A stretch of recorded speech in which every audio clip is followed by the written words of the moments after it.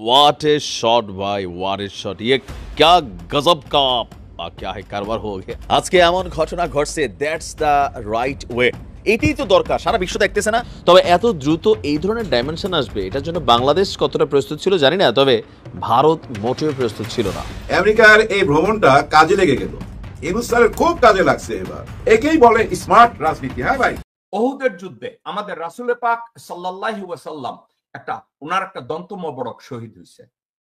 এখন এই আমাদের রাসূলের একটা দন্ত মোবারক শহীদ হয়েছে, এইটা নিয়েও যোগ করতে, ঠাট্টা করতে, মস্করা করতে সালাউদ্দিনের মতো লোকজনরা পিছায় না। শুনেন সালাউদ্দিন কি কইছে। একটা মেম্বার চেয়ারম্যানও হইতে পারে নাই, শেষ পর্যন্ত একটা সিটি কর্পোরেশনের নির্বাচনে আওয়ামী লীগের অধীনে নির্বাচনে গিয়েছে, সেই নির্বাচন আমরা বর্জন করেছিলাম, সেখানে একটা দন্ত মোবারক শহীদ হয়ে গিয়েছে। বাংলাদেশের অন্তর্বর্তীকালীন সরকার আইন শৃঙ্খলা বজায় রাখতে অক্ষম এবং নিয়মিতভাবে অন্যের উপর দোষ চাপানোর চেষ্টা তাদের অভ্যাস। তাদের জন্য ভালো হবে যদি তারা আত্ম অনুসন্ধান করে এবং পার্বত্য চট্টগ্রামে সংখ্যালঘু সম্প্রদায়ের উপর স্থানীয় উগ্রবাদের সহিংসতা, অগ্নিসংযোগ ও ভূমি দখলের কর্মকাণ্ডে পুঙ্খানুপুঙ্খ তদন্ত করে। সাপ্তাহিক ব্রিফিংয়ে সাংবাদিকদের প্রশ্নের জবাবে এই কথাগুলো বলেন ভারতের পররাষ্ট্র মন্ত্রণালয়ের মুখপাত্র রণধীর জয়সওয়াল।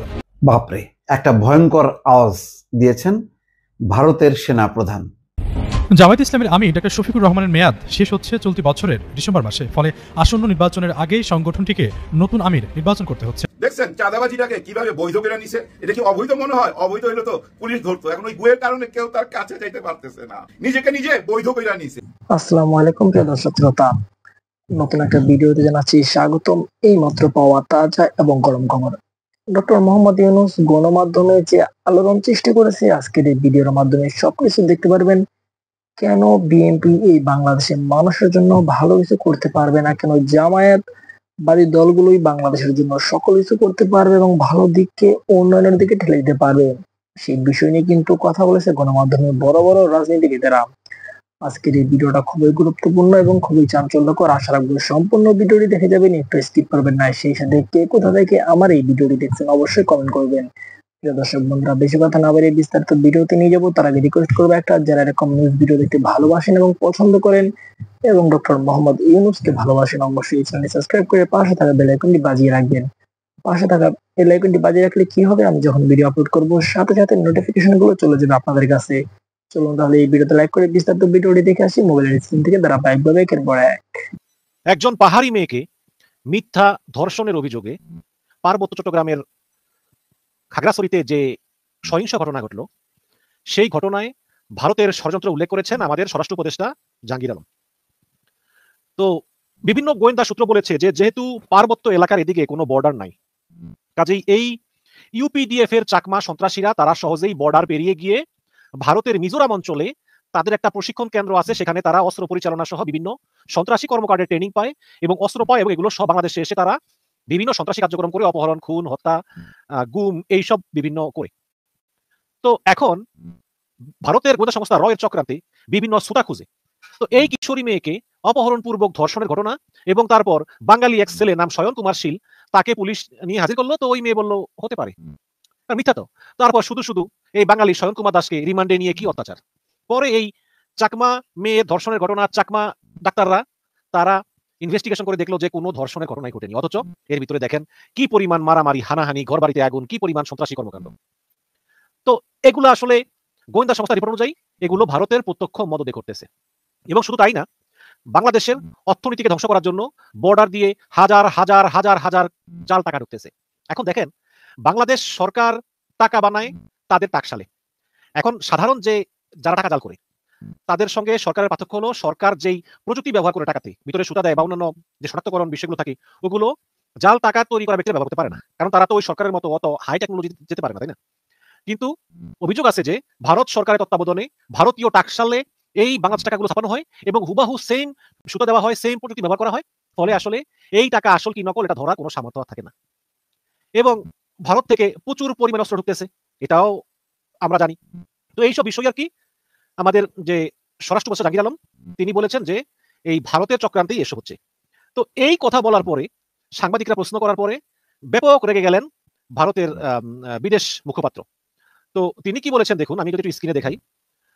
এখানে বাংলা থেকে বলতেছে যে অন্যকে দায় দেওয়া বাংলাদেশের অন্তর্বর্তীকালীন সরকারের অভ্যাস ভারত। তো এখানে ভারতের পররাষ্ট্র মন্ত্রণালয়ের মুখপাত্র রণধীর জয়সওয়াল, তাকে আপনারা দেখতে পাচ্ছেন। তো এই হচ্ছে গিয়ে ঘটনা।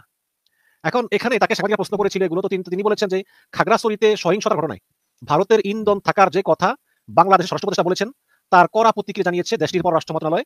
আর শুক্রবার 3 অক্টোবর এক ব্রিফিংয়ে সাংবাদিকদের প্রশ্নে ভারতের পররাষ্ট্র মন্ত্রণালয়ের মুখপাত্র রণধীর জয়সওয়াল বলেন যে আমরা এই অভিযোগ সুস্পষ্টভাবে প্রত্যাখ্যান করছি। আপনারা জানেন এবং আমরা বিভিন্ন সময় এটা নিয়ে কথা বলেছি, বাংলাদেশের অন্তর্বর্তীকালীন সরকার আইন শৃঙ্খলা বজায় রাখতে অক্ষম এবং নিয়মিতভাবে অন্যের উপর দোষ চাপানোর চেষ্টা তাদের অভ্যাস। আরো বলেন যে তিনি, তাদের জন্য ভালো হবে যদি তারা আত্ম অনুসন্ধান করে এবং পার্বত্য এলাকায় সংখ্যালঘু সম্প্রদায়ের উপর স্থানীয় উগ্রবাদীদের সহিংসতা, অগ্নিসংযোগ এবং ভূমি দখলের কর্মকাণ্ডের পুঙ্খানুপুঙ্খ তদন্ত করে। আমি মনে করি এই কথাটা অত্যন্ত আপত্তিকর। ভারতের পররাষ্ট্র মন্ত্রণালয়ের মুখপাত্র রণধীর জয়সওয়াল তিনি অস্বীকার করছেন, ঠিক আছে, কিন্তু পরের লাইন যেটা বললেন যে তারা আত্মানুসন্ধান করে, এটা কি ধরনের কথা? এবং তিনি স্পষ্ট অভিযোগ করলেন যে পার্বত্য এলাকায় নাকি এই চাকমা সম্প্রদায়ের উপর নাকি স্থানীয় বাঙালিরা নাকি উগ্রবাদী সহিংসতা চালাচ্ছে, অগ্নিসংযোগ করতেছে নাকি, এমনকি বাঙালিরা নাকি চাকমাদের ভূমি দখল করতেছে। এই ধরনের মন্তব্য হচ্ছে তীব্র আপত্তিকর এবং এই ধরনের কথা ভারত বলতে পারে না। এটা হচ্ছে অন্য দেশের সুস্পষ্ট লঙ্ঘন।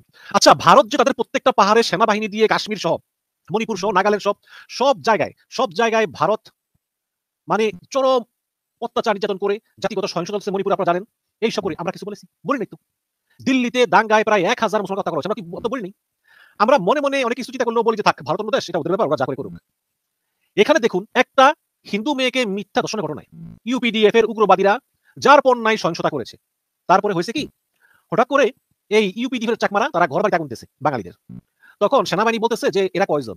তখন বললো যে স্যার এই 10-15টা চাকমা তারা আগুন দিচ্ছে। বলো ঠিক আছে, তাহলে তো আর বেশি সেনাবাহিনী দরকার নাই। তো সেনাবাহিনী 2টা গাড়ি বানানো হয়েছে ওদেরকে দমন করার জন্য, পাকা করার জন্য। তো সেনাবাহিনী যখন ওখানে গেছে, তখন পূর্ব পরিকল্পিতভাবে পিছন থেকে শত শত চাকমা সেনাবাহিনী আক্রমণ করছে। এখন সেনাবাহিনীর লোকজন মাত্র 15-20 জন বা 30 জন, আর ওরা হচ্ছে শত শত, এবং ওদের হাতে ধারালো অস্ত্র, আবার সংস্কৃতি অস্ত্র আছে। তখন সেনাবাহিনী বাধ্য হয়ে গুলি করা ছাড়া আর কোনো উপায় ছিল না। গুলি না করলে কিন্তু সেনাবাহিনীকে মেরে ফেলতো। পরে দেখা গেল যে দুঃখজনকভাবে 3 জন চাকমা সম্প্রদায়ের মানুষ মারা গিয়েছেন। এই হচ্ছে কাহিনী। বাংলাদেশ সেনাবাহিনী সর্বোচ্চ ধৈর্যের পরিচয় দিচ্ছে, যেখানে 3টা দেশ নিয়ে তারা স্বাধীন রাষ্ট্র গঠন করতে চায়, বাংলাদেশের সার্বভৌমত্ব হুমকির মুখে। সেখানে আমাদের সেনাবাহিনী সর্বোচ্চ ধৈর্যের পরিচয় দেওয়ার পরেও আজকে এই যে ভারত বলতেছে যে স্থানীয় বাঙালি উগ্রবাদের সহিংসতা, অগ্নিসংযোগ এবং ভূমি দখলের কর্মকাণ্ড নাকি বাংলাদেশকে পুঙ্খানুপুঙ্খভাবে তদন্ত করা উচিত।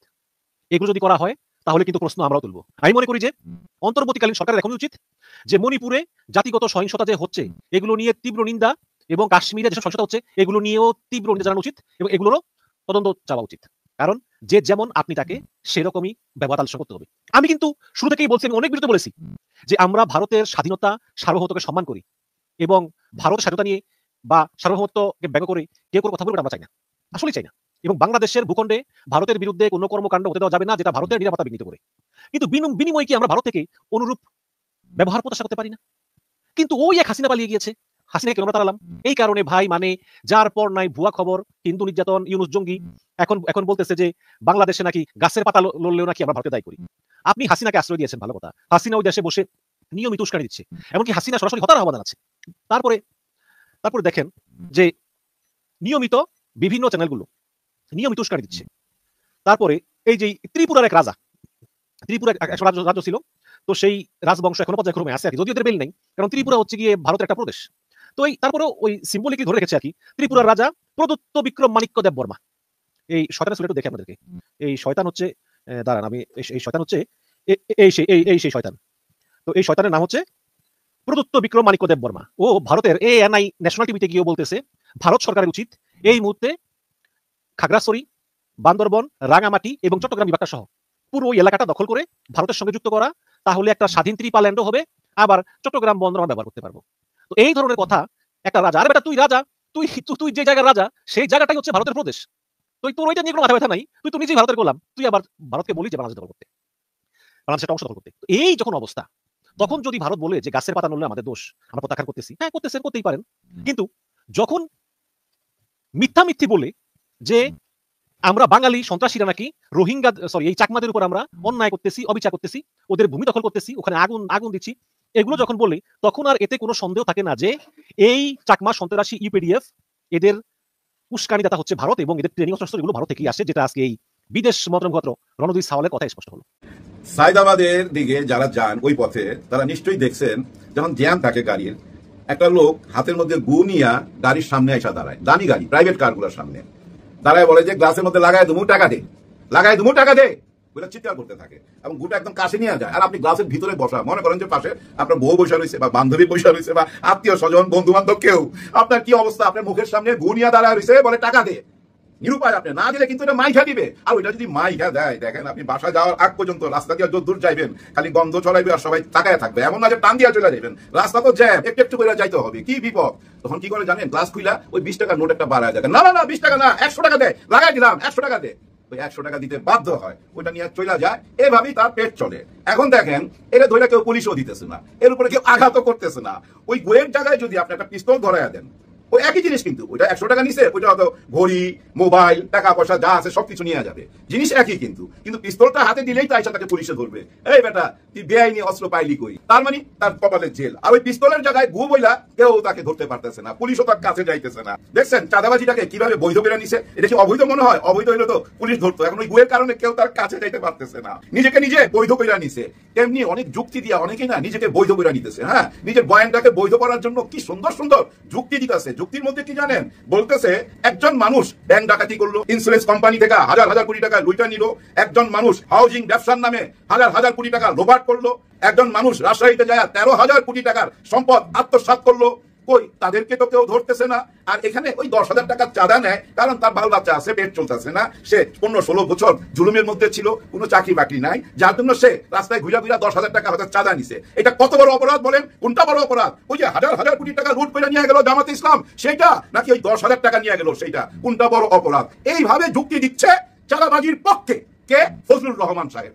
এইভাবেই উনি বৈধতা দিচ্ছে। উকিল মানুষ তো, ব্রেন ভাই চারিদিকে খেলে। হ্যাঁ, ওনার মাথার মধ্যে যদি সোজাসুজি একটা প্যারা ঢুকায় দেন, স্ক্রু হয়ে বাইরে যাবে তো। চারিদিকে বুদ্ধি খেলায়, চারিদিকে বুদ্ধি খেলায়। এই যে আয়সা এখন বলে না স্বাধীনতার পক্ষের একটা শক্তি আসতেছে, এবার নির্বাচনে আসবেই বলে চিৎকার কইরা উঠে উনি। আর ওই স্বাধীনতার পক্ষের কোন ইঙ্গিত দেয় উনি জানেন? এটা ইঙ্গিত দেয় আওয়ামী লীগের। মুখ ফুইটা বলে না, আওয়ামী লীগের প্রতি ওনার ভালোবাসা আছে, কিন্তু এটা মুখ ফুইটা বলতে পারে না, কারণ 5ই আগস্টের পরে একটু সিচুয়েশনটা অন্যরকম না। কিন্তু ইনায়া বিনায়া কিন্তু ওই একই কথা বলে, স্বাধীনতার পক্ষের একটা শক্তি আসবেই এই দেশে। আপনি পারবেন ভাই, হ্যাঁ আপনি পারবেন। আপনি যেভাবে বৈধতা দিয়ে দিলেন 10,000 টাকার চাঁদাবাজি, এই কথাটা আপনি এই প্রথম না, কিন্তু অনেক আগেও একবার বলছিলেন। আজকে আবার লাল শার্ট পরে বলছেন। এই লাল শার্ট কিসের প্রতীক জানেন? আপনার মনের মধ্যে একটা আনন্দের ঢেউ খেলতেছে, আবেগের ফ্যাক্টরি চালু হয়ে গেছে আপনার ভিতরে। আপনি নিশ্চয়ই আবার কোনো গ্রিন সিগন্যাল পাইছেন। হ্যাঁ, ওই গ্রিন সিগন্যাল না পাইলে এইভাবে চাঁদাবাজিকে বৈধতা দিতেন না।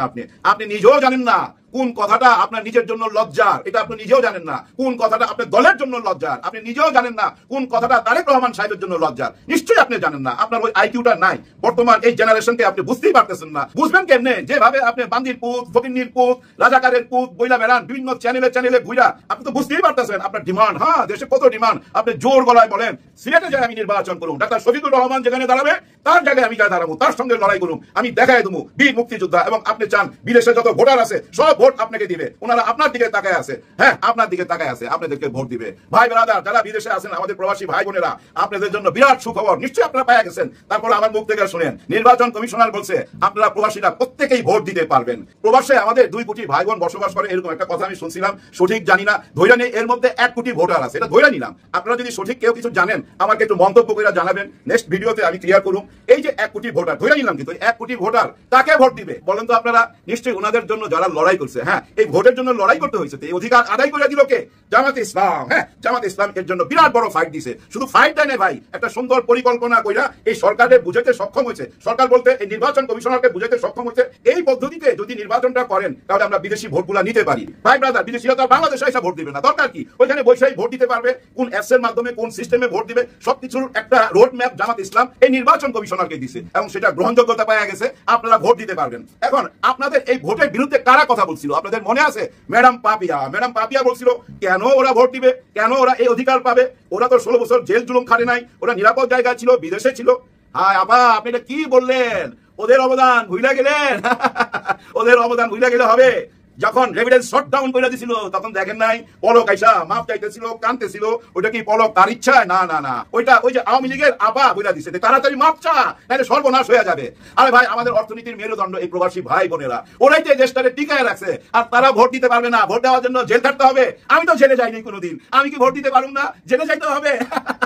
তালি তালি ভাই, আসলে হয়ে গেছে কি জানেন, ওই যে প্রথম যেটা আলাপ করছিলাম, ওই যে হাতের মধ্যে নিয়ে গাড়ির সামনে দাঁড়ায় থাকা, গাড়ির সামনে দাঁড়ায় গেলে আপনি কি করবেন, কোন দিকে যাবেন? না পুলিশ কল করতে পারতেছেন, না বাঁচতে পারতেছেন, না ভাগতে পারতেছেন, জ্যামের মধ্যে আটকা গেছেন। তো তেমনি আমরাও না এই দেশের সবাই নিরহ মানুষগুলো এই জ্যামের মধ্যে আটকা গেছি। আর আমাদের সামনে ওই যে হাতে ওইটা নিয়ে দাঁড়ায় হয়েছে, আমাদেরকে যারা পরিচালনা করে, হ্যাঁ আমাদের রাজনীতি যারা পরিচালনা করে, তাদের মধ্যে কিছু সংখ্যক এই রাজনীতিবিদরা ওইটা নিয়ে দাঁড়ায় হয়েছে আমাদের সঙ্গে। আমরা কি করুম, কোন দিকে যাবো কোন? আপনারাই বলেন, না কোনো উপায় আছে? এই যে দেখেন নবীন ফারানা ম্যাডাম, উনি কিন্তু মাঝে মাঝে চরম সত্যি কথা বলে। হ্যাঁ, উনি দুই রকম সত্যি কথা বলে। একরকম হইলো আগেই ভালো ছিলাম, হ্যাঁ হাসিনার আমলে ওনারা ভালো ছিল, এখন এমন অবস্থা হয়েছে যে উনি দিনেও বাইরে পারে না, হাসিনার আমলে উনি রাইতে বাইরে পারছে, এরকম একটা সত্যি কথা বলছে। আবার আরেকটা সত্যি কথা বলছে যে চাঁদাবাজি করে আমাদের দলের লোকেরাই। উনি নিজের দলের কথা বলছে, মানে বিএনপির কথা বলতেছে, যেটা চরম চাঁদাবাজি করতেছে, এদের জন্য দলের বদনাম হচ্ছে, এরকম কথা তো বলছে, তাই না? তবুও তো বলছে। এরকম কথা কয়জনে বলে? কেউ তো শিকারই যাইতে চায় না, বরঞ্চ চাঁদাবাজির পক্ষে লজিক দাঁড়া করায়। কিভাবে যে না খায় আছে তার বউ বাচ্চা 10,000 টাকা নিলে কি আসে যায়? ভাই ওই 10,000 টাকা কার কাছ থেকে নিতেছে তো পথের আরেকজন গরিবের কাছ থেকে। সেটা বুঝেন না কেন? ওর তো ওই যোগ্যতাও নাই যে একজন গার্মেন্টস এর মালিকের কাছে যায় টাকা চাইবে 10,000। কারণ ছেসরা চাঁদাবাজ তো ছেসরা, ওই যে হাতের ওইটাই বুঝছেন, ওই পিস্তলের বদলে ওই চাঁদাবাজ। আর ওইটার পক্ষে আপনি কথা বলেন, আপনার এই পক্ষে কথা বলাতে জানেন এখন আরো মাঠ পর্যায়ে সাহস পেয়ে যাবো। তারা এই যুক্তিটাই দেখাবে যে দেখেন আমাদের নেতা কি বলছে, বীর মুক্তিযোদ্ধা কি বলছে, আমরা 15-16 বছর জুলুমের উপরে ছিলাম, এখন আমাদেরকে চাঁদা দেন। আর ওই চাঁদাটা টেম্পো স্ট্যান্ড রাস্তাঘাটে থেকে নিবে, কাদের কাছ থেকে? রাস্তাঘাটে দোকানদারি কারা করে ভাই? গরিব মানুষই তো করে। টেম্পো চালায় কে? গরিব মানুষই তো চালায়, তাই না? আর বীর মুক্তিযোদ্ধা আপনি যে বললেন ওনারা ব্যাংক লুট করে ফেলাইছে, কোন জায়গায় 13,000 কোটি টাকা নিয়ে নিচ্ছে, হাউজিং এর ব্যবসা কইরা কোটি কোটি টাকা লুটপাট করছে। এগুলা শুধু আধার ইঙ্গিতে বলবেন না, প্রমাণ দেন। এই যে সাংবাদিক ভাইরা আপনারা যারা ইন্টারভিউ নেন, সঙ্গে সঙ্গে জিজ্ঞাসা করবেন এই 13,000 কোটি টাকা কোন জায়গা থেকে নিছে, কোন জায়গায় হাউজিং থেকে লুটপাট করছে, কোন ব্যাংক ডাকাতি করছে, কখন ডাকাতি করলো, এগুলো সঙ্গে সঙ্গে জিজ্ঞাসা করবেন। জিজ্ঞাসা করেন না কেন?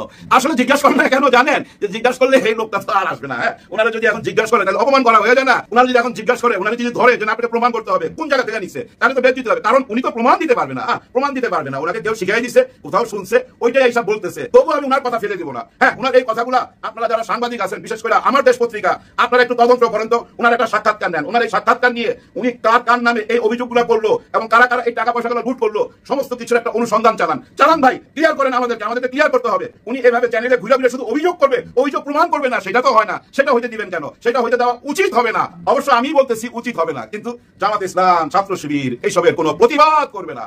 কারণ কি জানেন, ওনারা একটা জিনিস বুঝা ফেলাইছে যে এরা যা কিছু বলবে ওরা তো চোরাবালিতে দাঁড়াই বলতেছে। হ্যাঁ, চোরাবালির উপরে দাঁড়ায় আছে, কিন্তু ওইখানে দাঁড়াই বলতেছে। আর যত কথা বলবে ততই নড়াচড়া হবে, ততই তলের দিকে যাবে, ততই বদনাম ছড়াবে। ওই যে হাতে ওইটার মতো যদি মাইকা দিত আপনার গাড়িতে, আপনি যদ্দূর যাইতেন দুর্গন্ধ ছড়াইতে যাইতেন, তো ওই অবস্থা তো এখন দাঁড়ায় গেছে, তাই না? যার জন্য ওনারা প্রতিবাদ করে না, কোন রকম অভিযোগ করে না, প্রমাণও চায় না। যে ওরা বলতে থাকুক, ওরা এটা যত বলবে তত ওদের নিজেদের ক্ষতি হবে। দেখেন গত 14 মাসে আমরা ভাবছিলাম আওয়ামী লীগ 2 বার একেবারে দুর্গন্ধ ছড়ায় যাবে, তা কি হয়েছে? হয় নাই। অনেকটা বলতে শোনেন না আগেই ভালো ছিলাম, এর পিছনে কারণ কি জানেন? বর্তমান অবস্থা দেখা দেখেন, গত 16 বছর 17 বছর আওয়ামী লীগ অনেক জুলুম করছে, ওইটা তো তারা সহ্য করছে যে হ্যাঁ এরা ভাই আমাদের বিরোধী দল, ওরা আমাকে দমন করতে চাইবে, এটাই তো রীতিনীতি। কিন্তু নিজের দল যারা যদি নিজেই আঘাতপ্রাপ্ত হয় তখন কেমন লাগে? তখন কি এটা সহ্য হয়? সহ্য হয় না। গত 13-14 মাসে এই দলটার এত কথা ছড়াইছে, এত নেগেটিভ কথা ছড়াইছে, যার ফলে অনেকেই বলে আগেই ভালো ছিলাম। হ্যাঁ, কারণ এই আমলটা এত বেশি গ্যাঞ্জাম নিজেদের মধ্যে, ভাই কেউ একটা ঐক্যমতে আসতে পারলো না। হ্যাঁ, কেউ কিন্তু এক জায়গায় আসতে পারলো না। জুলাই গণ অভ্যুত্থানের রক্তের বিনিময়ে এক জায়গায় কেউ আসতে পারলো না। এক জায়গায় যদি আপনারা আইসা এমন কথা বলতে যে না ডক্টর ইউনূস স্যার আপনাকে আমরা চাই না, সইরা যান। জামাত শিবিরের জনশক্তির জন্য কিছু জরুরি নির্দেশনা, যেটা সংগঠন জামাতকে শেখাতে পারবে না, কারণ সংগঠনের সে যোগ্যতা নেই। অবাক হচ্ছেন? সঠিক বলছি, আমরা শেখাবো। এখন তো অনলাইনে আলোচনায় শেখাচ্ছি, কিন্তু প্র্যাকটিক্যালি শেখাবো। বিভিন্ন শাখা আমাদের সাথে যোগাযোগ করেছে, তারা এই বিষয়ে ওয়ার্কশপ, সেমিনার, প্রোগ্রামের আয়োজন করবে। হ্যাঁ, যে যে বিষয়ে এক্সপার্ট তার কাছ থেকে সেটা শিখতে হবে, অতি পণ্ডিতি দেখাতে যাবেন না। দর্শক, এর সাথে আলোচনা করব রবিন ফারানা, তারেক রহমান, এদেরকে নিয়ে বিএনপি কি ভাবছে, বা বিএনপির বিভিন্ন নেতাদের বিএনপি কাল্ট মনে করে। শেখ মুজিব, শেখ হাসিনা, সজীব ওয়াজেদ জয়কে যেভাবে দেবতা মনে করত আওয়ামী লীগ, এবং তাদের বিরুদ্ধে কিছু বললে খেপে যেত, তাদের ক্ষেত্রে কোনো গণতন্ত্র নাই। এর মানে শেখ মুজিব, শেখ হাসিনা, জয় এদের সমালোচনা করা যাবে না, এটা ছিল আওয়ামী লীগের নীতি। অন্যান্য মন্ত্রীদের, যেমন আমরা ওবায়দুল কাদেরের তীব্র সমালোচনা করেছি, কাউয়া কাদের, অনেক কিছু বলেছি, কিন্তু কেউ আমাদেরকে গ্রেপ্তার করতে আসেনি। কিন্তু শেখ হাসিনাকে একটু কম সম্মানের সাথে নাম উচ্চারণ করলেও থ্রেট আসতো, এবং অনেককে জেলে বসতে হয়েছে, বছরের পর বছর জেল খাটতে হয়েছে, মামলার ঘানি টানতে হয়েছে। এটা ছিল আওয়ামী ফ্যাসিজমের একটা রূপ।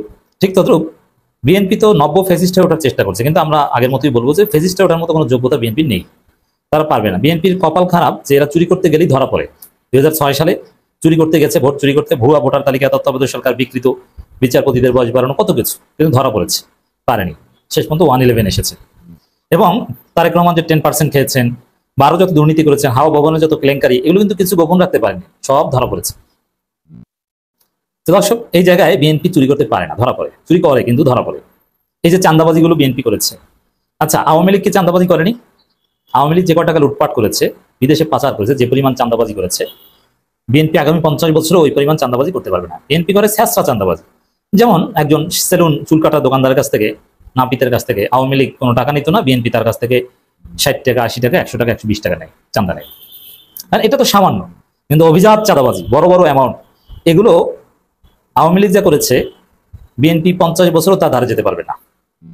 আওয়ামী লীগ চাঁদাবাজিতে অনেক এগিয়ে, কিন্তু তারপরও চাঁদাবাজ বলতে বাংলার জনগণ আওয়ামী লীগকে কিন্তু মনে করে না। চাঁদাবাজ বললেই আপনার মাথায় যে চিত্রটা চলে আসে সেটা হচ্ছে বিএনপি। আর আওয়ামী লীগের ক্ষেত্রে চাঁদাবাজ বললে আপনার মাথায় চলে আসে, মানে আওয়ামী লীগের ক্ষেত্রে ফেসিবাদ বললে আপনার মাথায় আওয়ামী লীগ চলে আসে। ফেসিবাদ, সন্ত্রাসী, খুনি, এগুলো বললে আওয়ামী লীগ চলে আসে, কিন্তু চাঁদাবাজ বললে বিএনপি চলে আসে। অথচ চাঁদাবাজি আওয়ামী লীগ যা করেছে বিএনপির 50 বছর লাগবে ওটা করতে, তাও ক্ষমতায় আসতে হবে। তাহলে কি দাঁড়ালো? যে আওয়ামী লীগ গোপন চাঁদাবাজি করতে পারে, চাঁদাবাজি করেও পার পেয়ে যায়, মানুষ চাঁদাবাজি বলে না। কিন্তু বিএনপি স্যাঁচড়া চাঁদাবাজি করতে যেই চাঁদাবাজ হিসেবে সমাজে প্রতিষ্ঠিত, প্রত্যেক বিএনপিকে মানুষ মনে করে একজন চাঁদাবাজ। তো দর্শক, এই জায়গায় বিএনপি আকাম করতে পারে না। এখন বিএনপি ফেসিস্টে উঠবে এটা সম্ভব না, কিন্তু চেষ্টা করছে, সব উপাদান লক্ষণীয়, কিন্তু পারবে না। জনগণের পিটানি খেয়ে এদেরকে বঙ্গোপসাগরে ঝাঁপ দিয়ে আত্মহত্যা করতে হবে, এছাড়া কিছু করার নেই। তো দর্শক, কিন্তু আমরা দেখতে পাচ্ছি যে আওয়ামী লীগ যেরকম শেখ হাসিনা, শেখ মুজিব, সজীব ওয়াজেদ জয়কে কাল্ট বানিয়েছিল, পূজা করেছিল, বিএনপি ক্ষমতা আসার আগেই তাদের তারেক রহমান, খালেদা জিয়া, জিয়াউর রহমান এদের নিয়ে আবার সিরিয়াস না, কারণ খালেদা জিয়া, জিয়াউর রহমান কিন্তু বিএনপি মানে না। তারেক রহমান, রুমিন ফারহানা বা অন্যান্য নেতা নেত্রী তাদেরকে ওইরকম কাল্ট বানাচ্ছে, যার ফলশ্রুতিতে আমরা দেখতে পাচ্ছি একটা খবর, রুমিন ফারহানাকে নিয়ে ফেসবুক পোস্ট, বিএনপি জামাত সংঘর্ষে আহত 20।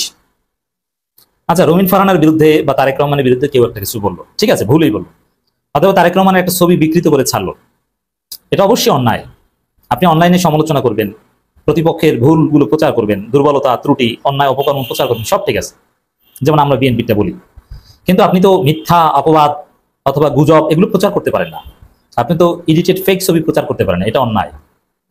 এখন এটা জামাতের লোকজন অনেকে করছে, জামাতের পজিশনধারী নেতা, কিন্তু তারা এডিটেড ফেক ছবি শেয়ার করছে ফেসবুকে। তো এরকম একটা ঘটনা নিয়ে চাঁদপুরে মারামারি হয়েছে রুমিন ফারহান এবং তারেক রহমানকে নিয়ে ফেসবুক পোস্ট জামাতের কেউ একজন শেয়ার করেছে, সেটা নিয়ে সেই মারামারিতে বিএনপি জামাতের 20 জন আহত হয়েছে। এই মারামারিকে আমি কিভাবে ব্যাখ্যা করবো? প্রথম কথা হচ্ছে যে হ্যাঁ, তারেক রহমান কিংবা রুমিন ফারহানাকে নিয়ে যদি কেউ ফেক ছবিও ছড়িয়ে থাকে, তারা কাল্ট না, দেবতা না, যে তাদের নামে কেউ মিথ্যা অপবাদও যদি দিয়ে থাকে আপনাকে মারামারি করতে হবে, এটি ফেসিবাদী মানসিকতা। আপনি প্রচার করেন, আপনি বলেন যে তারেক রহমান অথবা রুমিন ফারহানার নামে মিথ্যা কথা বলছে, ফেক ছবি প্রচার করছে, এরা মিথ্যাবাদী, এদেরকে বর্জন করুন, এদেরকে ভোট দিবেন না, এদের ডাকে আসবেন না। যেমন কেউ যদি ডাক্তার শফিকুর রহমানের ছবি বিকৃত করে, তাহলে আমি বলবো যে যারা বিকৃত করেছে তাদের বিরুদ্ধে আপনি বলেন যারা ছবি বিকৃতকারী, এরা মিথ্যাবাদী, কিন্তু তাদেরকে আপনি মারবেন, এটা কখনোই না, এটা অন্যায়। কোনো কারো ছবি বা এই যে ছবি বিকৃত করা, এটাও গণতান্ত্রিক অধিকার। ছবি বিকৃত বলতে একদম অরুচিশীল না, বিশেষ করে এই যে কার্টুন আঁকে, ব্যঙ্গচিত্র, এটা করা যায়, এটা তারেক রহমান নিজে এটা লেজিটিমেসি দিয়েছেন, বৈধতা দিয়েছেন একটা ফেসবুক পোস্টে, যে আপনার বেশি বেশি আমার নামে কার্টুন আঁকেন, কোনো সমস্যা নেই, আমার সমালোচনা করেন, কিন্তু একদম অরুচিশীল ছবি বা এগুলো অবশ্যই অন্যায়। এখন এটা যদি কেউ করে থাকে, প্রথম কথা হচ্ছে এতে মারামারি জড়ালে এতে দলেরই ক্ষতি। এখন তারেক রহমান কিংবা রুমিন ফারহানাকে নিয়ে জামাতের কেউ নাকি বলেছে, এটা নিয়ে আপনাকে মারামারি জড়াতে হবে কেন? জামাত নেতার উপর হামলা করতে আসতে হবে কেন? এটি আপনার ফেসিবাদী মানসিকতার বহিঃপ্রকাশ। তারেক রহমান, রুমিন ফারহান এরা কি কাল্ট, এরা কি দেবতা? এত সিরিয়াস কেন? এই এত সিরিয়াস হতে যেই কিন্তু আওয়ামী লীগের পতন হয়েছে, এটা মনে রাখবেন, এটা ঠিক না। একদম যদি অরুচিশীল, আপনি সর্বোচ্চ থানায় অভিযোগ করেন, আপনি পাল্টা সোশ্যাল মিডিয়ায় মোকাবেলা করেন, কিন্তু মারামারিটা আপনাদের পতনের আলামত, এটা আওয়ামী চরিত্র। আর দ্বিতীয় হচ্ছে জামাত শিবিরের লোকজনও, আমি দেখেছি, এটা নতুন না, জেলা আমির, জেলা নায়েবে আমির, সাবেক সিটি কর্পোরেশনের কাউন্সিলর, সিনিয়র আইনজীবী, সে এমন এমন গুজব প্রচার করে ফেসবুকে, আমি অবাক। এবং সবচেয়ে সহজ জামাতের নেতাদের মাধ্যমে গুজব প্রচার করানো, জামাতের নামে বিসমিল্লাহ আল্লাহু আকবার বলে একটু প্রশংসার সুযোগ গুজব লিখে দিলেন, দেখবেন যে সবাই শেয়ার করছে। এখন কোনটা গুজব, কোনটা শেয়ার করা যাবে, কোনটা শেয়ার করা যাবে না, আবার ফেসবুক চালানোর নিয়ম, আপনাকে ট্যাগ করার সুযোগ আপনি দিবেন কিনা, না ট্যাগ অপশন অফ করে রাখবেন, অনেক বিষয় আছে। একজন স্মার্ট নেতা কিভাবে সোশ্যাল মিডিয়া ম্যানেজমেন্ট করবে, এগুলো জামাত শিবিরের লোকজন বুঝেই না। বড় বড় এমপি ক্যান্ডিডেট বুঝেই না, বলে যে আমি তো ফেসবুক চালাই না, তার নামে 4-5টা আইডি, বলে কারা খুলছে, রোপণ কর্মীরা খুলছে। তো এই জায়গায় সোশ্যাল মিডিয়ার মাধ্যমেই কারো পতন হবে, সোশ্যাল মিডিয়ার মাধ্যমেই কারো উত্থান হবে। আগামী নির্বাচনে এই সোশ্যাল মিডিয়ার কিছু ভুল ত্রুটির কারণে অনেক প্রার্থী জয়বাংলা হয়ে যাবে। এই জন্য জামাত শিবিরের লোকজন অনেকেই বিভিন্ন ইউনিট আমার শিডিউল নিয়েছে, আমি দিব, তাদেরকে শেখাবো সোশ্যাল মিডিয়া কিভাবে সঠিকভাবে ম্যানেজমেন্ট করতে হয় এবং এটা আপনি এফিশিয়েন্টলি কাজে লাগাতে পারবেন। তো গুজব প্রচার করবেন না, না বুঝে শেয়ার করবেন। এখন কোনটা গুজব এটা বুঝবেন কিভাবে, এতে আপনার ট্রেনিং লাগবে, এই ট্রেনিং আবার সংগঠন আপনাকে দিতে পারবেন, এক্সপার্ট লাগবে। প্রিয় দেশবাসী, শুরু থেকে শেষ পর্যন্ত যারা এই ভিডিওটি দেখেছেন সকলকে জানাই অসংখ্য অসংখ্য ধন্যবাদ। যারা এরকম নিউজ ভিডিও পেতে পছন্দ করেন তারা অবশ্যই এই চ্যানেলটি সাবস্ক্রাইব করে পাশে থাকা বেল আইকনটি বাজিয়ে দিবেন। যারা এখন এই ভিডিওটি শেয়ার করেননি, এই ভিডিওটি দ্রুত শেয়ার করে সকলকে দেখার সুযোগ করে দিন। আজকের মতন এই পর্যন্ত, দেখা হচ্ছে পরবর্তী কোনো ভিডিও নিয়ে ইনশাল্লাহ।